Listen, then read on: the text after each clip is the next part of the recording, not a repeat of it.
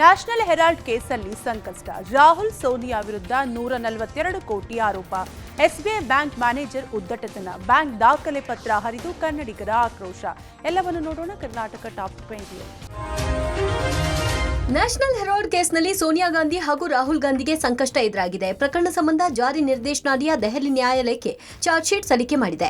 Charge sheet ಮೇಲಿನ ಪ್ರಾಥಮಿಕ ವಿಚಾರಣೆ ಆರಂಭಿಸಿದ ರೋಸ್ ಅವೆನ್ಯೂ ಕೋರ್ಟ್ಗೆ ಪ್ರಕರಣದಲ್ಲಿ ಆಗಿರುವ ಹಣ ವರ್ಗಾವಣೆಯ ಬಗ್ಗೆ ಮಾಹಿತಿ ನೀಡಿದ್ದಾರೆ. ಪ್ರಕರಣದಲ್ಲಿ ಸೋನಿಯಾ ಗಾಂಧಿ ಮತ್ತು ರಾಹುಲ್ ಗಾಂಧಿ 142 ಕೋಟಿ ಅಪರಾಧದ ಆದಾಯದಿಂದ ಲಾಭ ಪಡೆದಿದ್ದಾರೆ ಅಂತ ಇಡಿ ಆರೋಪಿಸಿದೆ. ಇನ್ನು ಇಡಿ ಪರ ಹೆಚ್ಚುವರಿ ಸಾಲಿಸಿಟರ್ ಎಸ್.ವಿ. ರಾಜು ನ್ಯಾಷನಲ್ ಹೆರಾಲ್ಡ್ಗೆ ಸಂಬಂಧಿಸಿದ ಆಸ್ತಿಗಳನ್ನು ನವೆಂಬರ್ 2023ರಲ್ಲಿ ಮುಟ್ಟುಗೋಲು ಹಾಕಿಕೊಳ್ಳಲಾಗಿದೆ. ಈವರೆಗೂ ಆರೋಪಿಗಳು ಅಪರಾಧದ ಆಸ್ತಿಯನ್ನ ಅನುಭವಿಸುತ್ತಿದ್ರು ಎಂದಿದ್ದಾರೆ. ಈ ಮಧ್ಯೆ ನ್ಯಾಯಾಧೀಶರು ಈ ಪ್ರಕರಣದಲ್ಲಿ ತನ್ನ ಆರೋಪ ಪಟ್ಟಿಯ ಪ್ರತಿಯನ್ನ ಬಿಜೆಪಿ ನಾಯಕ ಸುಬ್ರಹ್ಮಣ್ಯನ್ ಸ್ವಾಮಿ ಅವರಿಗೆ ಒದಗಿಸುವಂತೆ ಇಡಿಗೆ ಸೂಚಿಸಿದ್ರು. ಸುಬ್ರಹ್ಮಣ್ಯನ್ ಸ್ವಾಮಿ ಖಾಸಗಿ ದೂರಿನ ಆಧಾರದ ಮೇಲೆ ಜಾರಿ ನಿರ್ದೇಶನಾಲಯವು ಪ್ರಕರಣವನ್ನು ದಾಖಲಿಸಿದೆ. ಆನೇಕಲ್ನ ಚಂದಾಪುರ ಬ್ರಾಂಚ್ನ ಎಸ್ಬಿಐ ಮ್ಯಾನೇಜರ್ ಕನ್ನಡ ಮಾತನಾಡಲ್ಲ ಅಂತ ಉದ್ದಟತನ ತೋರಿಸಿದ್ರು. ಇದೀಗ ಉದ್ದಟತನ ಪ್ರದರ್ಶನ ಮಾಡಿದ ಮ್ಯಾನೇಜರ್ ಅನ್ನ ಜಾಗ ತೋರಿಸದೆ ನಿನ್ನೆ ಸಂಜೆಯೇ ವರ್ಗಾವಣೆ ಮಾಡಿದೆ. ಈ ಬಗ್ಗೆ ಸಿಎಂ ಸಿದ್ದರಾಮಯ್ಯ ಕೂಡ ಟ್ವೀಟ್ ಮಾಡಿದ್ದು, ಎಸ್ಬಿಐ ಶಾಖಾ ವ್ಯವಸ್ಥಾಪಕರು ಕನ್ನಡ ಮತ್ತು ಇಂಗ್ಲಿಷ್ನಲ್ಲಿ ಮಾತನಾಡಲು ನಿರಾಕರಿಸಿ ನಾಗರಿಕರನ್ನ ಕಡೆಗಣಿಸಿರುವುದು ತೀವ್ರವಾಗಿ ಖಂಡನೀಯ. ಅಧಿಕಾರಿಯನ್ನ ವರ್ಗಾವಣೆ ಮಾಡುವಲ್ಲಿ ಎಸ್ಬಿಐನ ಕ್ರಮವನ್ನ ನಾವು ಪ್ರಶಂಸಿಸುತ್ತೀವಿ ಎಂದಿದ್ದಾರೆ. ಈ ಮಧ್ಯೆ ಇಂದು ಕರವೇ ಕಾರ್ಯಕರ್ತರು ಎಸ್ಬಿಐ ಮ್ಯಾನೇಜರ್ ವಿರುದ್ಧ ಪ್ರತಿಭಟನೆ ನಡೆಸಿ ಆಕ್ರೋಶ ಹೊರಹಾಕಿದ್ರು.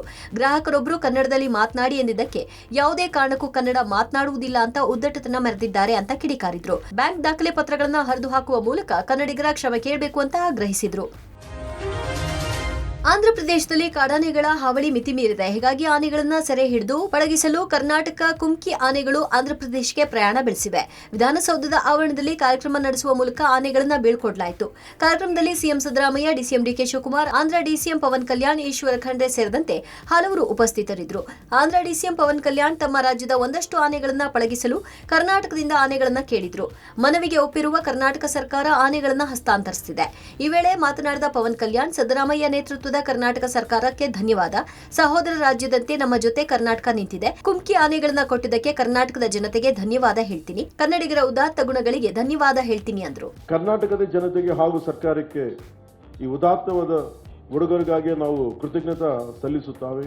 ಈ ಉಡುಗೊರೆಗಷ್ಟೇ ಅಲ್ಲ, ಪರಿಸರ ಸಂರಕ್ಷಣೆಯ ಬಾಂಧವ್ಯದಲ್ಲಿ ನಮ್ಮೊಂದಿಗೆ ನಿಂತಿದ್ದಕ್ಕೆ ಹೃದಯಪೂರ್ವಕ ಧನ್ಯವಾದಗಳನ್ನು ತಿಳಿಸುತ್ತೇವೆ.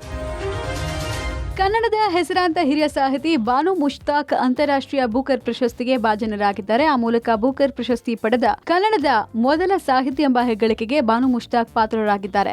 ಹಾರ್ಟ್ ಲ್ಯಾಂಪ್ ಎಂಬ ಕೃತಿಗೆ ಪ್ರತಿಷ್ಠಿತ ಪ್ರಶಸ್ತಿ ಲಭಿಸಿದೆ. ಹಾಗಾಗಿ ಕರುನಾಡಿಗೆ ಪ್ರತಿಷ್ಠಿತ ಬೂಕರ್ ಪ್ರಶಸ್ತಿ ಒಲಿದಿದೆ. ಪ್ರಶಸ್ತಿಯು ಅಂದಾಜು 57.28 ಲಕ್ಷ ರೂಪಾಯಿ ನಗದು ಒಳಗೊಂಡಿದೆ. ಪ್ರತಿಷ್ಠಿತ ಸಾಹಿತ್ಯ ಪ್ರಶಸ್ತಿ ಮುಡಿಗೇರಿಸಿಕೊಂಡಿರುವ ಹಿರಿಯ ಸಾಹಿತಿ ಬಾನು ಮುಷ್ತಾಕ್ ಅವರು ಮೂಲತಃ ಹಾಸನದವರು. ಫೆಬ್ರವರಿಯಲ್ಲಿ ಅವರ ಕೃತಿ ಲಾಂಗ್ ಲಿಸ್ಟ್ನಲ್ಲಿ ಆಯ್ಕೆಯಾಗಿತ್ತು. ಬಳಿಕ ಏಪ್ರಿಲ್ 8ನೇ ತಾರೀಕು ಶಾರ್ಟ್ ಲಿಸ್ಟ್ನಲ್ಲಿ ಸ್ಥಾನ ಪಡೆದಿತ್ತು. 2 ಕಥೆಗಳನ್ನು ಒಳಗೊಂಡ ಹಸೀನಾ ಮತ್ತು ಇತರೆ ಕಥೆಗಳು ಎಂಬ ಕೃತಿಯನ್ನ ದೀಪಾ ಬಸ್ತಿ ಅವರು ಕನ್ನಡದಿಂದ ಇಂಗ್ಲಿಷ್ಗೆ ಅನುವಾದ ಮಾಡಿದ್ದಾರೆ. ಇನ್ನು ಕನ್ನಡಕ್ಕೆ ಮೊದಲ ಬೂಕರ್ ಪ್ರಶಸ್ತಿ ತಂದುಕೊಟ್ಟ ಬಾನು ಮುಷ್ತಾಕ್ಗೆ ಸಿಎಂ ಸಿದ್ದರಾಮಯ್ಯ, ಕುಮಾರಸ್ವಾಮಿ ಸೇರಿದಂತೆ ಹಲವು ರಾಜಕೀಯ ಗಣ್ಯರು ಅಭಿನಂದನೆ ಸಲ್ಲಿಸಿದ್ದಾರೆ. ಎಲ್ಲ ಕನ್ನಡಿಗರ ಪರವಾಗಿ ಬಾನು ಮುಷ್ತಾಕ್ ಅವರಿಗೆ ಅಭಿನಂದನೆ ಸಲ್ಲಿಸುತ್ತೇನೆ ಅಂತ ಸಿಎಂ ಶ್ಲಾಘಿಸಿದ್ದಾರೆ. ವಿಜಯಪುರದ ಮನಗೋಳಿ ಪಟ್ಟಣದ ಬಳಿ ಭೀಕರ ಅಪಘಾತಕ್ಕೆ 6 ಮಂದಿ ಸಾವನ್ನಪ್ಪಿದ್ದಾರೆ. ರಾಷ್ಟ್ರೀಯ ಹೆದ್ದಾರಿ 50ರಲ್ಲಿ ಕಂಟೈನರ್ ಖಾಸಗಿ ಬಸ್ ಕಾರು ನಡುವೆ ಅಪಘಾತ ಸಂಭವಿಸಿದೆ. ಕಾರಲ್ಲಿದ್ದ 4 ಸೇರಿ 5 ಸ್ಥಳದಲ್ಲೇ ಸಾವನ್ನಪ್ಪಿದ್ದಾರೆ. ಗಂಭೀರವಾಗಿ ಗಾಯಗೊಂಡಿದ್ದ ಬಸ್ ಚಾಲಕ ಕೂಡ ಚಿಕಿತ್ಸೆ ಫಲಕಾರಿಯಾಗದೆ ಆಸ್ಪತ್ರೆಯಲ್ಲಿ ಮೃತಪಟ್ಟಿದ್ದಾರೆ. ಘಟನೆಯಲ್ಲಿ ಕೆಲವರು ಗಾಯಗೊಂಡಿದ್ದಾರೆ.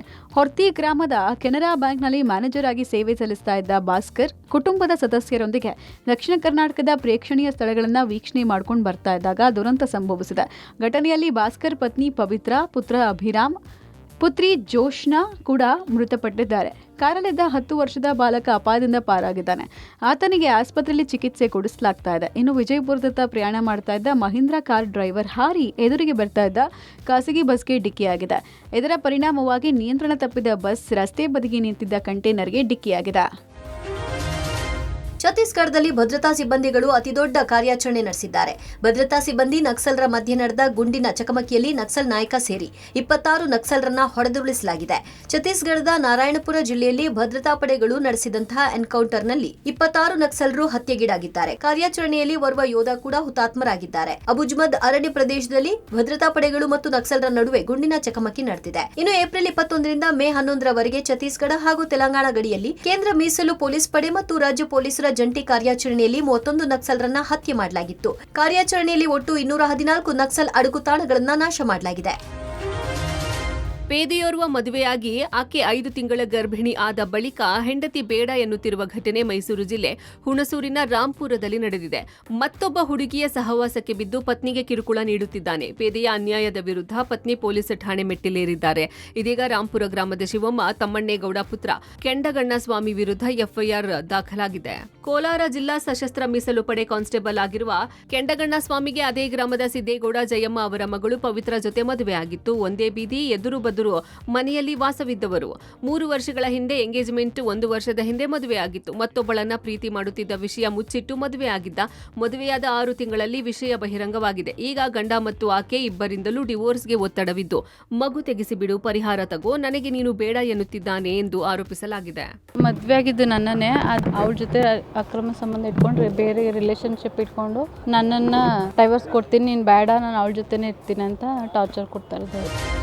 ಭಾರತದ ದಾಳಿ ಬಳಿಕ ಪಾಪಿ ಪಾಕಿಸ್ತಾನಕ್ಕೆ ಕನಸಲ್ಲೂ ನಡುಗುವಂತಹ ಸ್ಥಿತಿ ನಿರ್ಮಾಣವಾಗಿದೆ. ತಾನೇ ಪೋಷಿಸಿ ಬೆಳೆಸಿದ್ದ ಉಗ್ರರು ಒಬ್ಬೊಬ್ಬರಾಗಿ ಮಟಾಶ್ ಆಗುತ್ತಿದ್ದಾರೆ. ಭಯೋತ್ಪಾದಕ ಸೈಫುಲ್ಲಾ ನಂತರ ಪಾಕಿಸ್ತಾನದಲ್ಲಿ ಮತ್ತೊಬ್ಬ ಭಯೋತ್ಪಾದಕ ಆಮೀರ್ ಹಮ್ಜಾ ಗಂಭೀರವಾಗಿ ಗಾಯಗೊಂಡಿದ್ದು ಆಸ್ಪತ್ರೆಗೆ ದಾಖಲಾಗಿದ್ದಾನೆ. ಆತನ ಮೇಲೆ ಗುಂಡಿನ ದಾಳಿ ನಡೆದಿದೆ ಎನ್ನಲಾಗುತ್ತಿದೆ. ಲಾಹೋರ್ನಲ್ಲಿ ಅಪರಿಚಿತ ದಾಳಿಕೋರರು ಹಮ್ಜಾ ಮೇಲೆ ದಾಳಿಯನ್ನು ನಡೆಸಿದ್ದಾರೆ. ಆಮೀರ್ ಹಮ್ಜಾ ಲಷ್ಕರ್ ಎ ತೈಬಾ ಸಹ ಸಂಸ್ಥಾಪಕರಲ್ಲಿ ಒಬ್ಬ. ಆತನಿಗೆ ಗಂಭೀರ ಗಾಯಗಳು ಆಗಿದ್ದು ಆಸ್ಪತ್ರೆಯಲ್ಲಿ ಚಿಕಿತ್ಸೆ ಪಡೆಯುತ್ತಿದ್ದಾನೆ ಎನ್ನಲಾಗಿದೆ. ಇತ್ತ ಪಾಕಿಸ್ತಾನದ ಬಲೂಚಿಸ್ತಾನ್ ಪ್ರಾಂತ್ಯದಲ್ಲಿ ಶಾಲಾ ಬಸ್ ಮೇಲೆ ಆತ್ಮಾಹುತಿ ಬಾಂಬ್ ದಾಳಿ ನಡೆದಿದೆ. ಬಸ್ ಸ್ಫೋಟಗೊಂಡು 4 ಮಕ್ಕಳು ಸೇರಿ 6 ಮಂದಿ ಸಾವನ್ನಪ್ಪಿದ್ದಾರೆ. ಘಟನೆಯಲ್ಲಿ 38 ಮಂದಿ ಗಾಯಗೊಂಡಿದ್ದು ಸ್ಥಳೀಯ ಆಸ್ಪತ್ರೆಗೆ ದಾಖಲು ಮಾಡಲಾಗಿದೆ. ಬಸ್ 0 ಪಾಯಿಂಟ್ ಬಳಿ ಇದ್ದಾಗ ಗುರಿಯಾಗಿಸಿಕೊಂಡು ದಾಳಿ ನಡೆಸಲಾಗಿದೆ. ಪಾಕ್ ಮಾಧ್ಯಮಗಳು ಇದು ಬಲೋಚ್ ಹೋರಾಟಗಾರರು ನಡೆಸಿದ ದಾಳಿ ಎಂದು ವರದಿ ಮಾಡಿವೆ.